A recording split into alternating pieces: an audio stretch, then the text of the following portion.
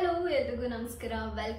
Welcome back to ನನ್ನ ಇವತ್ತಿನ YouTube ಚಾನಲ್ಗೆ. ನಿಮ್ಗೆ ಆಲ್ರೆಡಿ ಟಾಪಿಕ್ ಏನು ಅಂತ ತಮ್ಮನೇಲಿ ನೋಡಿದ್ರೆ ಗೊತ್ತಾಗಿರುತ್ತೆ ಇಷ್ಟೊತ್ತಿಗೆ. ಸೊ ಇವತ್ತು ಮ್ಯಾನಿಫೆಸ್ಟೇಷನ್ ಒಂದು ವ್ಲಾಗ್ನ ಮಾಡ್ತಾ ಇದ್ದೀನಿ ಬಿಕಾಸ್ ಸಾಕಷ್ಟು ಜನ ಮೆಸೇಜಸ್ನ ಮಾಡ್ತಿದ್ರಿ. ಸೊ ಮ್ಯಾನಿಫೆಸ್ಟೇಷನ್ ವ್ಲಾಗ್ ಮಾಡಿ ಸ್ವಲ್ಪ ಜಾಸ್ತಿ ಅದ್ರ ಬಗ್ಗೆ ಡೀಟೇಲ್ಸ್ ಕೊಡಿ ಅಂತ ಹೇಳ್ಬಿಟ್ಟು, ಸೊ ಅದಕ್ಕೋಸ್ಕರ ಇವತ್ತು ಈ ವ್ಲಾಗ್ನ ಶೂಟ್ ಮಾಡ್ತಾ ಇದ್ದೀನಿ.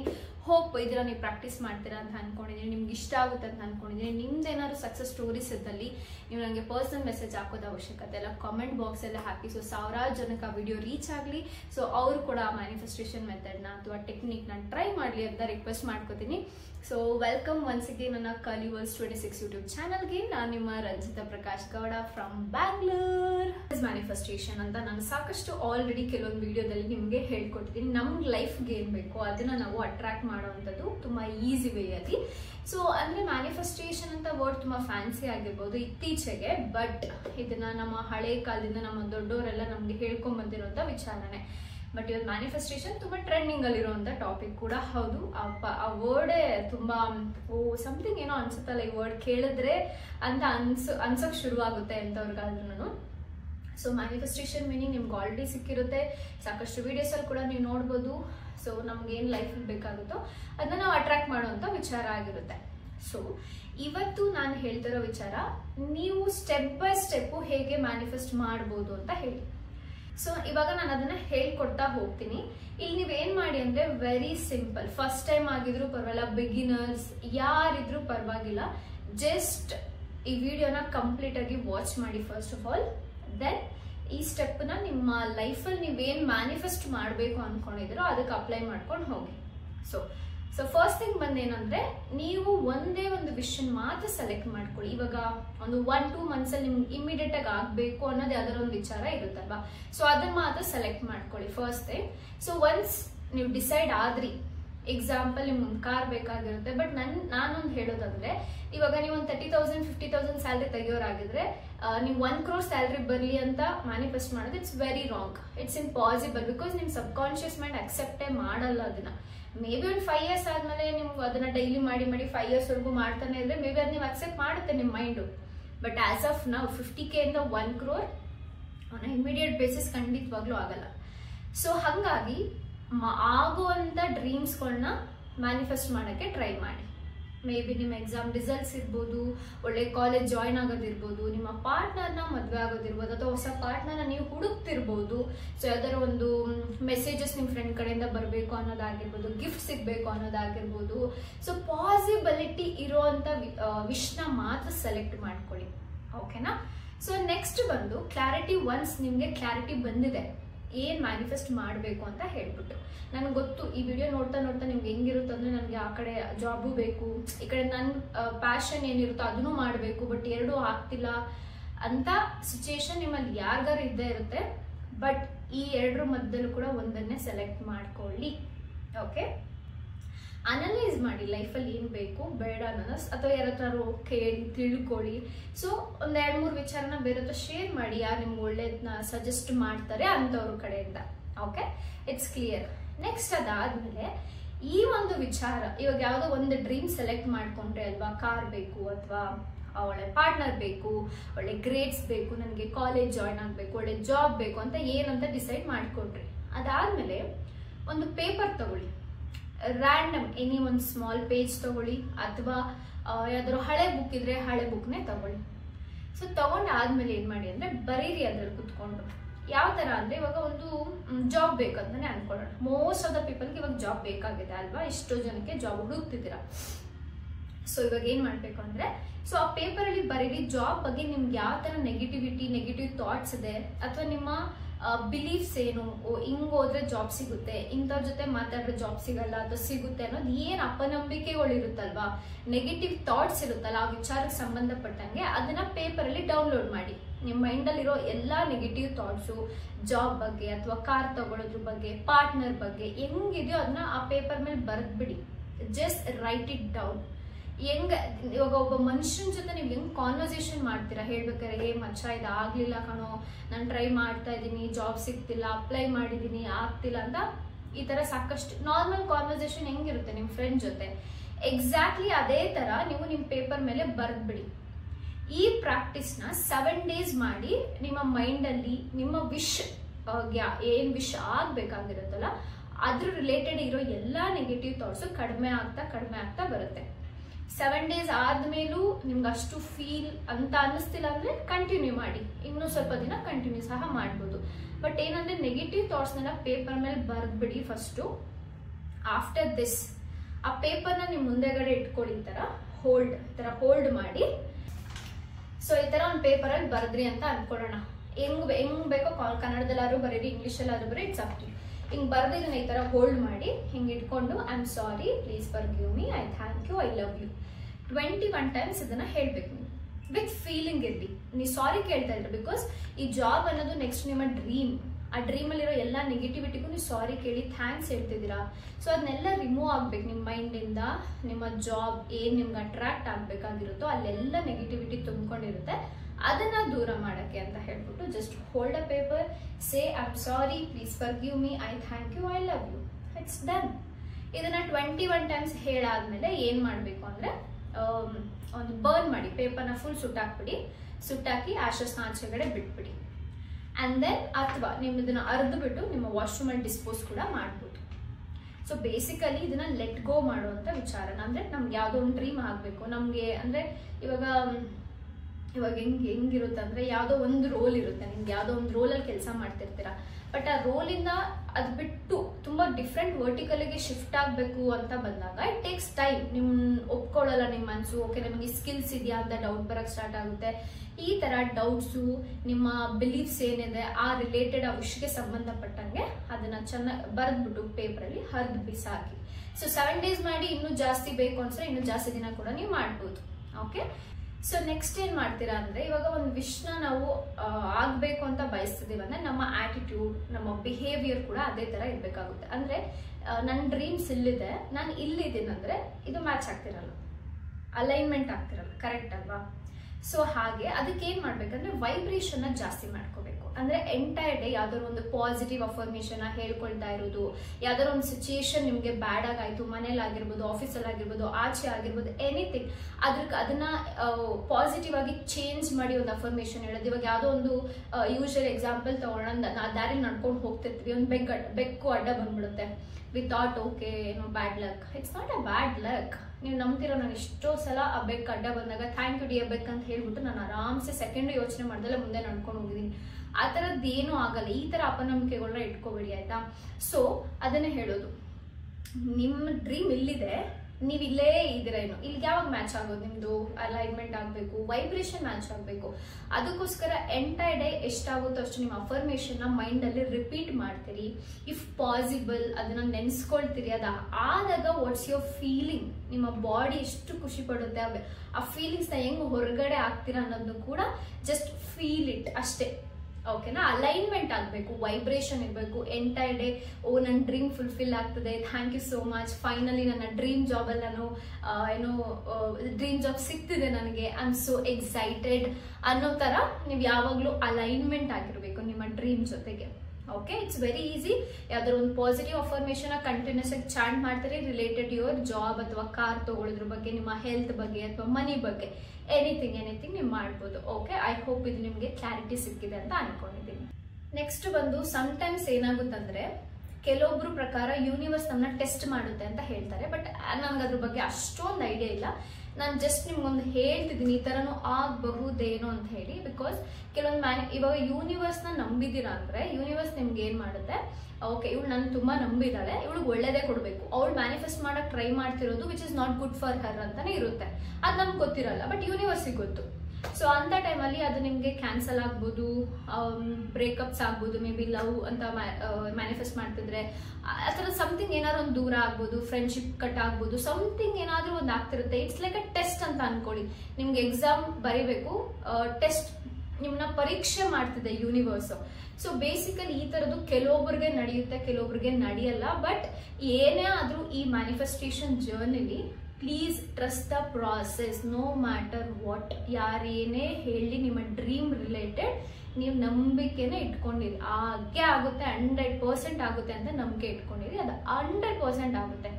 ಯಾರೋ ಬಂದು ನಿಮ್ಮ ತಲೆಯಲ್ಲಿ ಇವಾಗ ಮಾರ್ಕೆಟ್ ಚೆನ್ನಾಗಿಲ್ಲ, ಜಾಬ್ ಸಿಗಲ್ಲ, ಈ ಕಾರ್ ಇವಾಗ ಪ್ರೈಸ್ ಜಾಸ್ತಿ ಆಗಿದೆ, ಈ ಥರ ಮಾರ್ಕ್ಸ್ನೆಲ್ಲ ಮ್ಯಾನಿಫೆಸ್ಟ್ ಮಾಡೋಕ್ಕಾಗಲ್ಲ, ಇಟ್ಸ್ ಅ ಫೇಕ್ ಅಂತ ಹೇಳಿದ್ರು ಡೋಂಟ್ ಮೈಂಡ್, ಇಟ್ಸ್ ಓಕೆ. ಅವ್ರವ್ರ ಥಾಟು ಅವ್ರವ್ರ ಬೆಳೆದು ಬಂದಿರೋ ರೀತಿ ಹಂಗಿರುತ್ತೆ, ಅವರೊಂದು ವಿಚಾರನ ಅನಲೈಸ್ ಮಾಡೋ ರೀತಿ ಹಂಗಿರುತ್ತೆ. ಸೊ ಹಾಗಾಗಿ ನಿಮಗೆ ನಂಬಿಕೆ ಇದೆಯಾ ಮ್ಯಾನಿಫೆಸ್ಟೇಷನ್ ಬಗ್ಗೆ, ಯೂನಿವರ್ಸ್ ಬಗ್ಗೆ ನಿಮ್ಗೆ ನಂಬಿಕೆ ಇದೆಯಾ?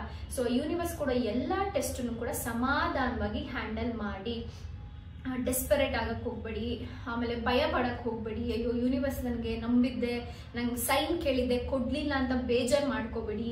ಸೊ ಅದನ್ನೆಲ್ಲ ತಲೆಯಿಂದ ತೆಗ್ದಾಕಿ. ಯೂನಿವರ್ಸ್ ನಿಮ್ಮನ್ನ ಪ್ರೊಟೆಕ್ಟ್ ಮಾಡ್ತಿದ್ದೆ, ಅದನ್ನ ತಲೆಯಲ್ಲಿ ಇಟ್ಕೊಳ್ಳಿ. ನಿಮ್ಗೆ ಏನು ಕರೆಕ್ಟು ಅನ್ನೋದು ಯೂನಿವರ್ಸ್ಗೆ ತುಂಬಾ ಚೆನ್ನಾಗಿ ಗೊತ್ತು. ಸೊ ಅದನ್ನ ಮಾತ್ರ ತಲೆಯಲ್ಲಿ ಇಟ್ಕೊಂಡು ನೀವು ಮ್ಯಾನಿಫೆಸ್ಟ್ ಕಡೆಗೆ ಗಮನನ ಹರಿಸ್ಬೇಕಾಗುತ್ತೆ. ಹೋಪ್ ಸಮ್ಟೈಮ್ಸ್ ಕೆಲವೊಬ್ರಿಗೆ ಯೂನಿವರ್ಸ್ ಟೆಸ್ಟ್ ಕೂಡ ಮಾಡುತ್ತೆ. ಸೊ ಅದನ್ನ ತಲೆ. Next one of my favourite, gratitude journaling. Every single day at least ಒಂದು 10 ಥಿಂಗ್ಸ್ಗೆ ನೀವು ಗ್ರಾಟಿಟ್ಯೂಡ್ ಬರೆಯೋಕ್ಕಾಗಲ್ವಾ? 100% ಬರಿಬೋದು. ಸೊ ಎವ್ರಿ ಡೇ ಒಂದು ಹೊಸ ಬುಕ್ ಇಟ್ಬಿಟ್ಟು, ನಾನು ಆಲ್ರೆಡಿ ಗ್ರಾಟಿಟ್ಯೂಡ್ ಬಗ್ಗೆ ವಿಡಿಯೋ ಮಾಡಿ ಹಾಕಿದ್ದೀನಿ, ನಿಮ್ಗೊಂದು ಸ್ವಲ್ಪ ಐಡಿಯಾ ಇರ್ಬೋದು. ತುಂಬ ಜನ ಪ್ರಾಕ್ಟೀಸ್ ಮಾಡ್ತಿದ್ರ ವಿಡಿಯೋ ನೋಡಿ, ಥ್ಯಾಂಕ್ ಯು ಸೋ ಮಚ್ ಅವರೆಲ್ರಿಗೂ. ಸೊ ಇನ್ನೂ ಪ್ರಾಕ್ಟೀಸ್ ಮಾಡ್ತಿಲ್ಲ ಅಂದರೆ ಇವತ್ತೇ ಸ್ಟಾರ್ಟ್ ಮಾಡಿ, ಹೊಸ ಬುಕ್ ತಗೊಳ್ಳಿ, ಥ್ಯಾಂಕ್ ಯು ಯೂನಿವರ್ಸ್ ಅಂತ ನಾನು ಶುರು ಮಾಡಿಬಿಟ್ಟು ಥ್ಯಾಂಕ್ ಯು ಯೂನಿವರ್ಸ್ ಅಂತ ಸ್ಟಾರ್ಟಿಂಗ್ ಬರ್ಕೊಂಡು ನೀವೇನಕ್ಕೆ ಗ್ರೇಟ್ಫುಲ್ ಆಗಿದ್ದೀರಾ, ಏನಕ್ಕೆ ಥ್ಯಾಂಕ್ಫುಲ್ ಆಗಿದ್ದೀರಾ ಅಂತ ಫಸ್ಟು ಬರೀರಿ. ಅದು ನಿಮ್ಮ ಕಾಫಿಗಾಗಿರ್ಬೋದು, ನಿಮ್ಮ ಮನೇಲಿರೋ ಡೋರ್ಗಾಗಿರ್ಬೋದು, ನಿಮ್ಮ ಬಾಯ್ ಫ್ರೆಂಡು, ನಿಮ್ಮ ಪೇರೆಂಟ್ಸ್, ನಿಮ್ಮ ಕೊಲೀಗ್ಸ್, ನಿಮ್ಮ ಆಫೀಸ್ ಬಿಲ್ಡಿಂಗ್ಗಾಗಿರ್ಬೋದು, ಎನಿಥಿಂಗ್, ಎಲ್ಲದಕ್ಕೂ ಗ್ರಾಟಿಟ್ಯೂಡ್ ಬರಿಬೋದು. ನಿಮ್ಮ ಪಾಸ್ಟ್ ಲೈಫ್ ಯಾರು ಹೆಲ್ಪ್ ಮಾಡಿದ್ರ ನಿಮ್ಮ ಲೈಫ್ಗೆ, ಅದಕ್ಕೂ ಕೂಡ ನೀವು ಗ್ರಾಟಿಟ್ಯೂಡ್ನ ಬರಿಬೋದು. ಎಲ್ಲದಕ್ಕೂ ಗ್ರಾಟಿಟ್ಯೂಡ್ನ ಬರಿಬೋದು.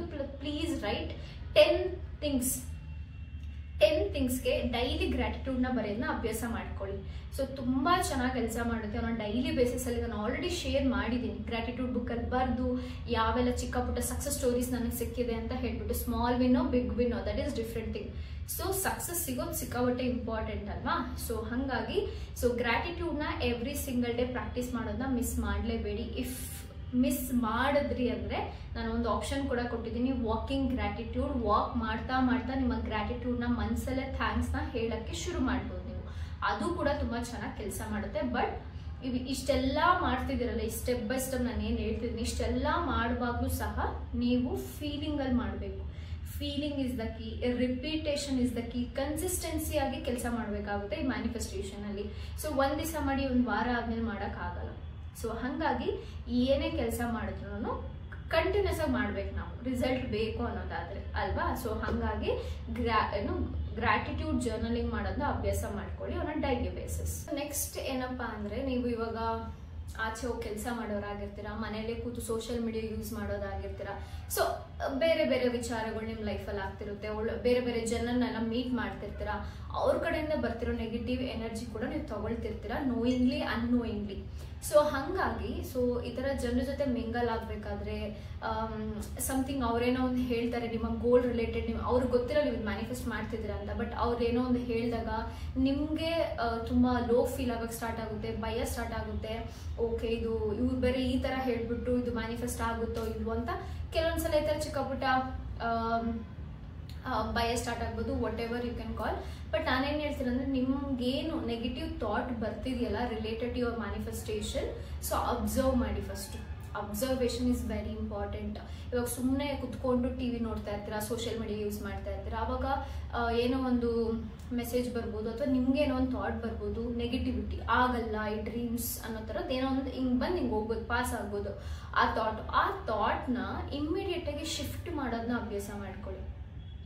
ದಟ್ ಆಸ್ ಯೂಶುವಲ್ ನಾನು ಆಲ್ರೆಡಿ ಸೆಕೆಂಡಲ್ಲಿ ಹೇಳಿದಾಗೆ. So observation is very important. ನಿಮ್ಮ ಥಾಟ್ ಯಾವ ಥರ ಹೋಗ್ತದೆ, ನೀವೇನು ಮ್ಯಾನಿಫೆಸ್ಟ್ ಕರೆಕ್ಟಾಗಿ ಮಾಡ್ತಿದ್ದೀರಾ, ಕರೆಕ್ಟಾಗಿ ಬರೀತಿದ್ದೀರಾ, ನಿಮ್ಮ ಫೀಲಿಂಗ್ಸು, ನಿಮ್ಮ ವೈಬ್ರೇಷನ್ ಎಲ್ಲ ಮ್ಯಾಚ್ ಆಗ್ತಿದೆಯಾ ಅನ್ನೋದು ಅಬ್ಸರ್ವೇಷನ್ ಇಸ್ ವೆರಿ ಇಂಪಾರ್ಟೆಂಟ್.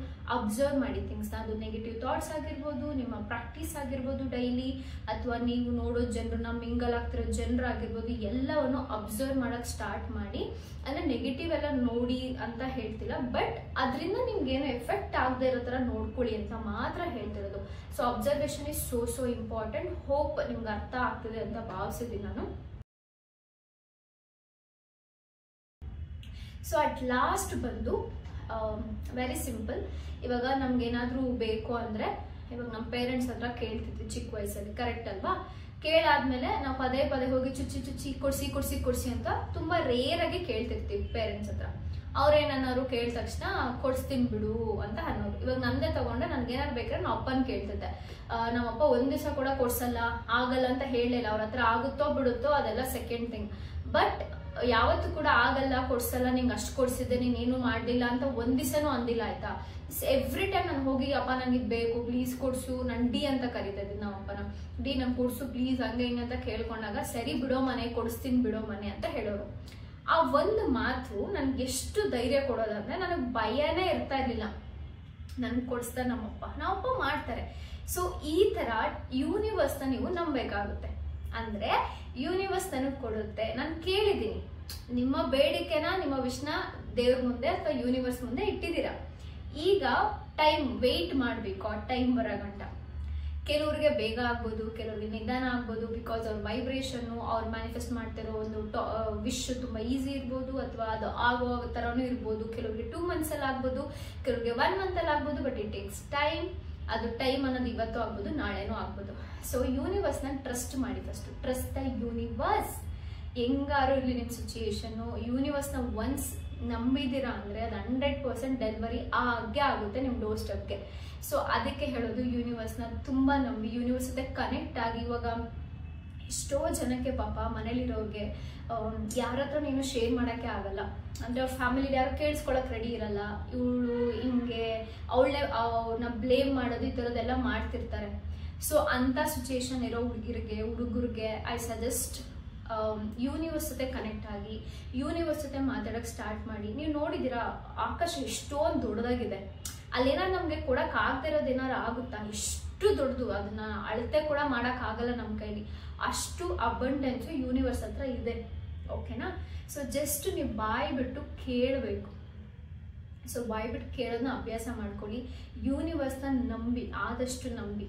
ಅದ್ರ ಜೊತೆಗೆ ನೀವು ಇದನ್ನೂ ಸಹ ಮಾಡ್ಬೋದು. ವಿಜುವಲೈಸೇಷನ್ ಅಂದರೆ ಪ್ರತಿದಿನ ಬೆಳಗ್ಗೆ ಮಿಸ್ ಆಯಿತು ಅಂದ್ರೆ ತೊಂದರೆ ಇಲ್ಲ, ನೈಟ್ ಮಲ್ಕೊಳ್ಳೋ ಮುಂಚೆ ನಿಮ್ಮ ಡ್ರೀಮ್ ಏನಿದೆ ಆ ಡ್ರೀಮ್ ರಿಲೇಟೆಡು ಇಮ್ಯಾಜಿನ್ ಮಾಡ್ಕೊಳ್ಳಿ. ಆದಷ್ಟು ಪಿಕ್ಚರ್ಸ್, ನೀವು ಯಾವ ಬಟ್ಟೆ ಹಾಕ್ಕೊಂಡು ಆಫೀಸ್ಗೆ ಹೋಗ್ತಾ ಇರ್ತೀರಾ ಫಸ್ಟ್ ಡೇ, ನೀವು ಯಾವ ಕಲರ್ ಕಾರ್ ತೊಗೊಂಡು ಓಡಿಸ್ತಾ ಇರ್ತೀರಾ ಕುತ್ಕೊಂಡು ಅನ್ನೋದ್ರ ಬಗ್ಗೆ.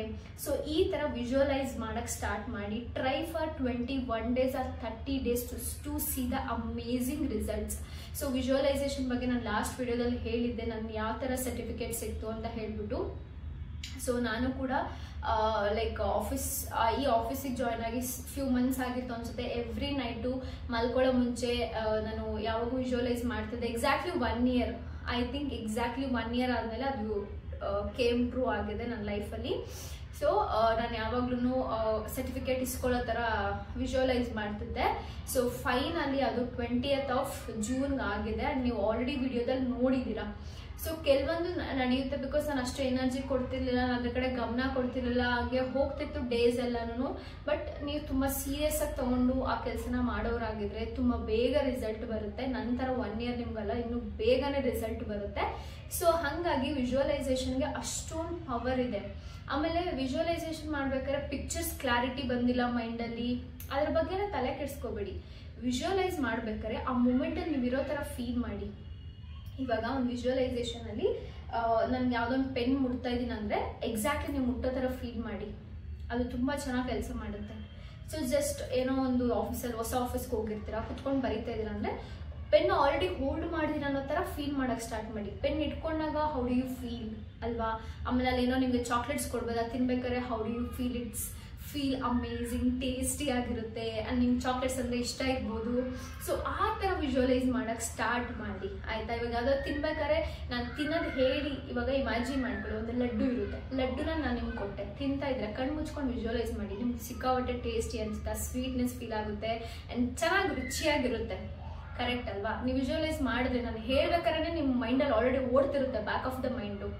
ಸೊ ಅದೇ ಥರನೇ ನೀವು ಏನು ಮಾಡ್ತೀರಾ, ಪೆನ್ ಇಟ್ಕೊಂಡಿರೋ ಥರ, ಅವಾರ್ಡ್ ತಗೊಳ್ತಾ ಇರೋ ಥರ ಯು ಜಸ್ಟ್ ಫೀಲ್ ಇಟ್. ಅಷ್ಟೇ ಬೇಕಾಗಿರೋದು ವಿಜುವಲೈಸೇಷನಲ್ಲಿ.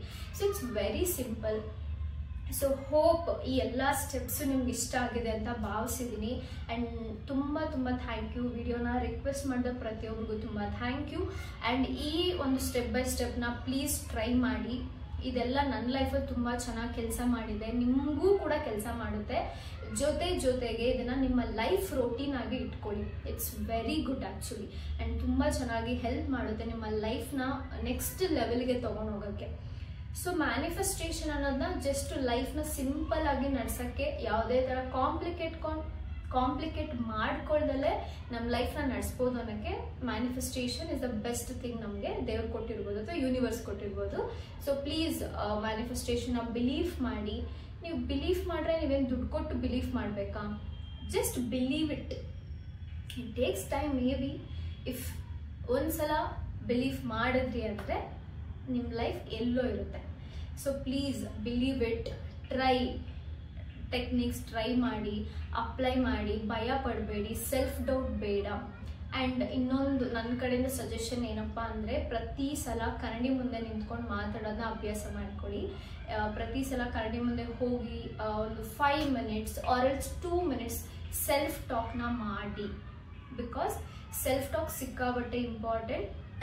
ಸಾರಿ, ಫಸ್ಟ್ ನಮ್ಮನ್ನು ನಾವು ಹೊಗಳ್ಕೋಬೇಕು, ನಮ್ಮ ಬ್ಯೂಟಿ ಹೊಗಳ್ಬೇಕು, ನಮ್ಮ ಕ್ಯಾರೆಕ್ಟರ್ನ ನಾವು ಹೊಗಳ್ಕೋಬೇಕಾಗುತ್ತೆ. ಬೇರೆಯವ್ರು ನಮ್ಮ ಬಗ್ಗೆ ಏನಾದರೂ ಅಂದ್ಕೊಳ್ಳಿ, ಅವರಿಂದ ನಿಮಗೂ ಏನೂ ಆಗಬೇಕಾಗಿಲ್ಲ, ಅದನ್ನು ತಲೆಯಲ್ಲಿ ಇಟ್ಕೊಳ್ಳಿ. ಜೊತೆಗೆ ಪ್ರತಿದಿನ ಹೋಗಿ ಕನ್ನಡಿ ಮುಂದೆ ನಿಂತ್ಕೊಂಡು ಥ್ಯಾಂಕ್ ಯು ಯೂನಿವರ್ಸ್, ನನ್ನ ಲೈಫಲ್ಲಿ ಈ ಥರ ಡ್ರೀಮ್ ಜಾಬ್ ಸಿಕ್ತು, ನಾನು ಸಿಕ್ಕಾಬಟ್ಟೆ ಖುಷಿಯಾಗಿದ್ದೀನಿ, ಇವಾಗ ನನ್ನ ಲೈಫಲ್ಲಿ ಜಾಸ್ತಿ ದುಡ್ಡಿದೆ, ಸಕ್ಸಸ್ ಇದೆ, ನನಗೆ ಸ್ಯಾಟರ್ಡೆ ಸಂಡೇ ಹಾಲಿಡೇಸ್ ಇದೆ, I am enjoying my weekends with my friends family, I am travelling. ಆ ಥರದನ್ನ ಕನ್ನಡಿ ಮುಂದೆ ನಿಂತ್ಕೊಂಡು ನಿಮ್ಮ ಡ್ರೀಮ್ಸ್ ಯಾವ್ದಾಗಬೇಕು ಅದ್ರ ಬಗ್ಗೆ ಕನ್ನಡಿ ಮುಂದೆ ನಿಂತ್ಕೊಂಡು ಮಾತಾಡೋದನ್ನ ಅಭ್ಯಾಸ ಮಾಡ್ಕೊಳ್ಳಿ. ಸೊ ಒನ್ ಡೇ ಅದು ರಿಯಾಲಿಟಿ ಬರುತ್ತೆ. ನನ್ನೊಬ್ರು ಕ್ಲೈಂಟ್ ಇದನ್ನ ಟ್ರೈ ಮಾಡಿ ಅವರು ಎಕ್ಸಾಕ್ಟ್ಲಿ 82% ಗ್ರೇಡ್ ಬೇಕಿತ್ತು ಅಂತ ಮ್ಯಾನಿಫೆಸ್ಟ್ ಮಾಡಿದ್ರು, ಮಿರರ್ ಮ್ಯಾನಿಫೆಸ್ಟೇಷನ್. ಸೊ ಅದು ಅವ್ರಿಗೆ ಸಿಕ್ಕಾಬಟ್ಟೆ ಚೆನ್ನಾಗಿ ಕೆಲಸ ಮಾಡಿದ್ದೆ. ಎಕ್ಸಾಕ್ಟ್ಲಿ ಅವ್ರಿಗೆ 82% ಮಾರ್ಕ್ಸ್ ಬಂದಿದೆ. ನಾನು ರೀಸೆಂಟ್ ಸ್ಟೋರಿಲಿ ಶೇರ್ ಮಾಡಿದ್ದೆ. ಇಫ್ ಯು ವಾಂಟ್ ನಾನು ಇಲ್ಲಿ ಬೇಕಾದ್ರೆ ಸ್ಕ್ರೀನ್ಶಾಟ್ ಹಾಕ್ತೀನಿ, ನೀವು ಚೆಕ್ಔಟ್ ಮಾಡ್ಬೋದು. ಸೊ ಹೋಪ್ ಇದು ಎಲ್ಲ ನಿಮಗೆ ಸ್ಟೆಪ್ ಬೈ ಸ್ಟೆಪ್ ಕ್ಲಾರಿಟಿ ಸಿಕ್ಕಿದೆ ಅಂತ ಭಾವಿಸಿದ್ದೀನಿ. ಸೊ ನಿಮ್ಗೇನಾದ್ರು 1-to-1 ಸೆಷನ್ ನನ್ನ ಜೊತೆ ಇಂಟ್ರೆಸ್ಟ್ ಇದ್ದಲ್ಲಿ ನೀವು ನನಗೆ ಪರ್ಸನಲ್ ಸೆಷನ್ ಡೀಟೇಲ್ಸ್ ಹಾಕ್ತೀನಿ, ಮೇಲ್ ID ಸಿಗುತ್ತೆ. ಆ ಮೇಲ್ IDಗೆ ನೀವು ಹಾಯ್ ಅಂತೆಲ್ಲ ಕಳಿಸ್ಬೇಡಿ, ಡೈರೆಕ್ಟಾಗಿ ನೀವು ಏನು ಮ್ಯಾನಿಫೆಸ್ಟ್ ಮಾಡಬೇಕು, ಯಾವ ಒಂದು ವಿಚಾರನ ಮ್ಯಾನಿಫೆಸ್ಟ್ ಮಾಡಬೇಕು ಅನ್ನೋದು ನನಗೆ ಮೆಸೇಜ್ ಅದು ಮೇಲಲ್ಲಿ ಕಳಿಸ್ಕೊಡಿ. ನಾನು ನಿಮಗೆ ಡೀಟೇಲ್ಸ್ನ ಕೊಡ್ತೀನಿ. ಅದಾದ ಮೇಲೆ ನಿಮಗೆ ವಾಟ್ಸಪ್, ನೀವು ಪೇಮೆಂಟ್ ಮಾಡಿ ಆದಮೇಲೆ ನಿಮಗೆ ವಾಟ್ಸಪ್ ನಂಬರ್ನ ಶೇರ್ ಮಾಡ್ತೀನಿ. ಅಲ್ಲಿ ನಾನು ನಿಮ್ಮ ಜೊತೆ ವಿಡಿಯೋ ಕಾಲಲ್ಲಾದರೂ ಓಕೆ, ವಾಯ್ಸ್ ಕಾಲಲ್ಲಾದರೂ ಓಕೆ, ಎರಡೂ ಕಂಫರ್ಟಬಲ್ ಇದ್ದೀನಿ ನಾನು. ನಿಮ್ಗೆ ಯಾವ್ದು ಇಷ್ಟ ಆಗುತ್ತೋ ಅದ್ರ ಪ್ರಕಾರ ನಾನು ನಿಮಗೆ ಕ್ಲಾಸಸ್ನ ತಗೋತೀನಿ, ನಿಮಗೆ ಡೀಟೇಲ್ ಆಗಿ ಹೇಳ್ಕೊಡ್ತೀನಿ, ಬೇರೆ ಬೇರೆ ಟೆಕ್ನಿಕ್ಸ್ನ ಹೇಳ್ಕೊಡ್ತೀನಿ, ಯಾವ್ದು ಮಾಡ್ಬೋದು, ನಿಮ್ಗೇನು ಸೂಟ್ ಆಗುತ್ತೆ ಅನ್ನೋದನ್ನ ಅನಲೈಸ್ ಮಾಡಿ ನಾನು ನಿಮ್ಮ ಜೊತೆ ಸೆಷನ್ನ ಮಾಡ್ಕೊಡ್ತೀನಿ. ಸೊ ನಿಮ್ಗೆ ಏನಾದ್ರು ಇಂಟ್ರೆಸ್ಟ್ ಇದ್ದಲ್ಲಿ ಈ ಒಂದು ಮೇಲ್ IDಗೆ ನನಗೆ ಮೆಸೇಜ್ ಮಾಡಬೇಕಾಗುತ್ತೆ. ಜೊತೆಗೆ ನಾನು ಇವಾಗ ಡಿಸೈಡ್ ಮಾಡಿದ್ದೀನಿ. ಸೊ ಯಾರೆಲ್ಲ ತುಂಬ ಜನ ನನಗೆ ಮೆಸೇಜ್ ಆಗ್ತೀರಾ, ಗ್ರ್ಯಾಟಿಟ್ಯೂಡ್ ಬರೆಯೋಕ್ಕೆ ಬರ್ತಿಲ್ಲ ಅಂತ ಹೇಳ್ತೀರಾ. ಸೊ ಈ ಗ್ರ್ಯಾಟಿಟ್ಯೂಡ್ ಬರೆಯೋಕ್ಕೆ ಬರಲ್ಲ ಅಂತ ಹೇಳ್ದವ್ರಿಗೆ ನಾನೊಂದು ಸಪ್ರೇಟ್ ಕ್ಲಾಸ್ನ ತಗೊಳ್ಳೋಣ ಅಂತ ಅಂದ್ಕೊಂಡಿದ್ದೀನಿ. ಇದು ಕೂಡ ಜಸ್ಟ್ 30 minutes ಅಷ್ಟೇ. ನನ್ನ ಫಸ್ಟ್ ಸೆಷನ್ 1-to-1 ಅದು ಬರೀ. ಸೊ ಈ ಸೆಷನ್ಗೆ ಐ ಆಮ್ ಚಾರ್ಜಿಂಗ್ 111. ಸ್ಕ್ರೀನ್ ಮೇಲೆ ಕಾಣಿಸ್ತಿದೆಯಲ್ವಾ, ಇದನ್ನ ನಾನು ಯಾವ ಥರ ಹೇಳ್ಕೊಡ್ತೀನಿ. ಓಕೆ, ಯಾರಿಗೆಲ್ಲ ಗ್ರ್ಯಾಟಿಟ್ಯೂಡ್ ಹೇಗೆ ಬರೆಯೋದು, ನನ್ನ ವಿಡಿಯೋಸ್ ನೋಡಿದ್ಮೇಲೂ ಗೊತ್ತಾಗ್ತಿಲ್ಲ, ಬೇರೆಯವ್ರ ವಿಡಿಯೋಸ್ ನೋಡಿದ್ಮೇಲೂ ನನಗೆ ಗೊತ್ತಾಗ್ತಿಲ್ಲ ಅನ್ನೋರಿಗೆ ನಾನು ಗ್ರ್ಯಾಟಿಟ್ಯೂಡ್ನ ಟೀಚ್ ಮಾಡ್ತೀನಿ. ಬರೀ ಗ್ರ್ಯಾಟಿಟ್ಯೂಡ್ ಮಾತ್ರನೇ, ಯಾವುದೇ ಥರ ವಿಶ್ಗೆ ನಾನಿಲ್ಲಿ ನಿಮಗೆ ಹೇಳ್ಕೊಡಲ್ಲ. ಓನ್ಲಿ ಗ್ರ್ಯಾಟಿಟ್ಯೂಡ್ ಹೆಂಗೆ ಬರಿಬೇಕು ಡೈಲಿ ಲೈಫಲ್ಲಿ ಅಂತ ಹೇಳ್ಬಿಟ್ಟು. ಸೊ ಇದನ್ನ ನಿಮ್ಗೆ ಏನಾದ್ರು ಕಲ್ತ್ಕೋಬೇಕು ಅಂತ ಆಸೆ ಇದ್ರೆ ಸೇಮ್ ನನ್ನ ಮೇಲ್ IDಗೆ ನೀವು ಮೆಸೇಜ್ ಮಾಡಬೇಕಾಗುತ್ತೆ. ಅಕ್ಕ ನನಗೆ ಗ್ರ್ಯಾಟಿಟ್ಯೂಡ್ ಕಲಿಯೋಕ್ಕೆ ಇಂಟ್ರೆಸ್ಟ್ ಇದೆ, ಓನ್ಲಿ ಗ್ರ್ಯಾಟಿಟ್ಯೂಡ್. ಬಟ್ ನೀವೇನಾದ್ರು ಯಾವ್ದೋ ಸ್ಪೆಸಿಫಿಕ್ ಆಗಿ ಮ್ಯಾನಿಫೆಸ್ಟ್ ಮಾಡಬೇಕಾದ್ರೆ ಅದು ಸಪ್ರೇಟ್ ಪ್ರೈಸ್ ಇರುತ್ತೆ. ಇದು ಕೂಡ ಸಪ್ರೇಟ್ ಪ್ರೈಸ್, ತುಂಬಾನೇ ಅಫೋರ್ಡಬಲ್, ವೆರಿ ವೆರಿ ಅಫೋರ್ಡಬಲ್. ನಿಮ್ಗೆ ಆಲ್ರೆಡಿ ಕೆಲವರು ಸೆಷನ್ ತಗೊಂಡಿರೋ ಆಲ್ರೆಡಿ ಗೊತ್ತಿರುತ್ತೆ. ಸೊ ಇವಾಗ ಬರೀ ಗ್ರ್ಯಾಟಿಟ್ಯೂಡ್ನ ಹೆಂಗೆ ಬರೆಯೋದು ಅಂತ ಹೇಳ್ಬಿಟ್ಟು ನಾನು ನಿಮಗೆ ಡೀಟೇಲ್ಸ್ನ ಕಳಿಸ್ಕೊಡ್ತೀನಿ. ಜಸ್ಟ್ ಇಲ್ಲಿ ಯಾವುದೇ ಥರ ಕಾಲ್ ಇರಲ್ಲ, ಓನ್ಲಿ ನಾನು ನಿಮಗೆ ಮೇಲಲ್ಲಿ ಕಳಿಸ್ಕೊಡ್ತೀನಿ ಹೆಂಗೆ ಬರಿಬೇಕು ಗ್ರ್ಯಾಟಿಟ್ಯೂಡಲ್ಲಿ ಅಂತ ಹೇಳ್ಬಿಟ್ಟು.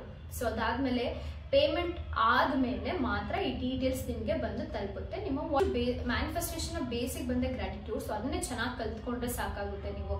ಸೊ ದುಡ್ಡಿಲ್ಲ, ನನಗೆ ಪರ್ಸನಲ್ ಸೆಷನ್ ತಗೊಳಕ್ಕೆ ಆಗಲ್ಲ ಅಂದವರು ತೊಂದರೆ ಇಲ್ಲ, ನನಗೆ ಮೇಲ್ ಮಾಡಿ ಅಕ್ಕ I am interested in gratitude ಬರೆಯೋದನ್ನ ಕಲಿಯಕ್ಕೆ ತುಂಬ ಆಸೆ ಅಂತ ಮೆಸೇಜ್ ಮಾಡಿ.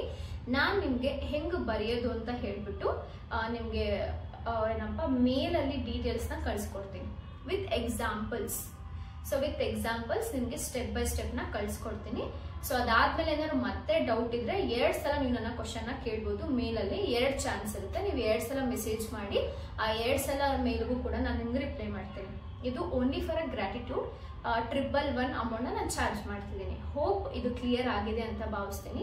And thank you so much. ಈ ವ್ಲಾಗ್ನ ನೋಡಿದವ್ರಿಗೆ ಕ್ವಶನ್ಸ್ ನಿಮ್ಮ ಡೌಟ್ಸ್ ಎಲ್ಲ ಕ್ಲಿಯರ್ ಆಗಿದೆ ಅಂತ ಭಾವಿಸಿದ್ದೀನಿ. ಥ್ಯಾಂಕ್ ಯು ಸೋ ಮಚ್ ನಿಮ್ಮ ಹ್ಯೂಜ್ ಸಪೋರ್ಟ್ಗೆ. ಪ್ಲೀಸ್ ಡೂ ಮ್ಯಾನಿಫೆಸ್ಟೇಷನ್, ತುಂಬಾ ಈಸಿ ಇದೆ. ಸೊ ಸಿಗ್ತೀನಿ ನನ್ನ ಮುಂದಿನ ಬ್ಲಾಗಲ್ಲಿ. ಅಲ್ಲಿವರೆಗೂ ಬಾಯ್.